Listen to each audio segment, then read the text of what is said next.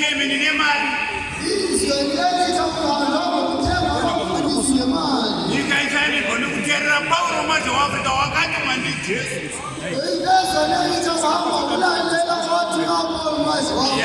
saka takuzimbabwe tatuma kuzokutaurira ichokwadi kuti kana mofa muzoenda kunyika yechipikiswa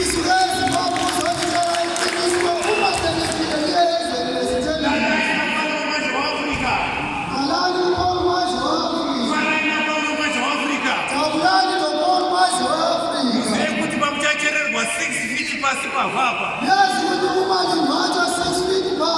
zvezviro kwazvo mweya yenyu inoenda kunyika itsva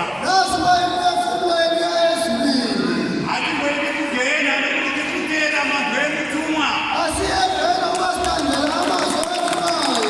kuparaulirai vamore Afrika yedu umambo hwechokwadi iyi chechi yechokwadi Paulo manje wafukangani chechi inokurasembele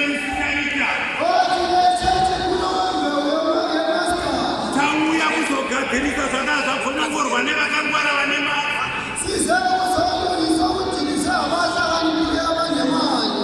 kutanga izvozvi kuchaona vanhu vachiuya masoso vachiteera chokwadi chaPaulo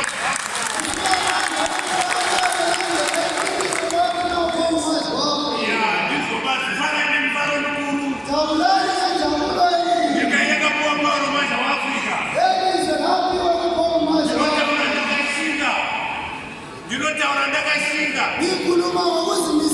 nokuti ndiko kuti kunyika itsva tinoenda avana vane kugara munyika ino narini inekuza kufundisa matangiro chika kuti ukafa uriko kuri kuenda kugehena basa raMwari ndakanamata kwamaranga zvazoita gumbo rangu kana kuti ndaitenda zvandazigona sendino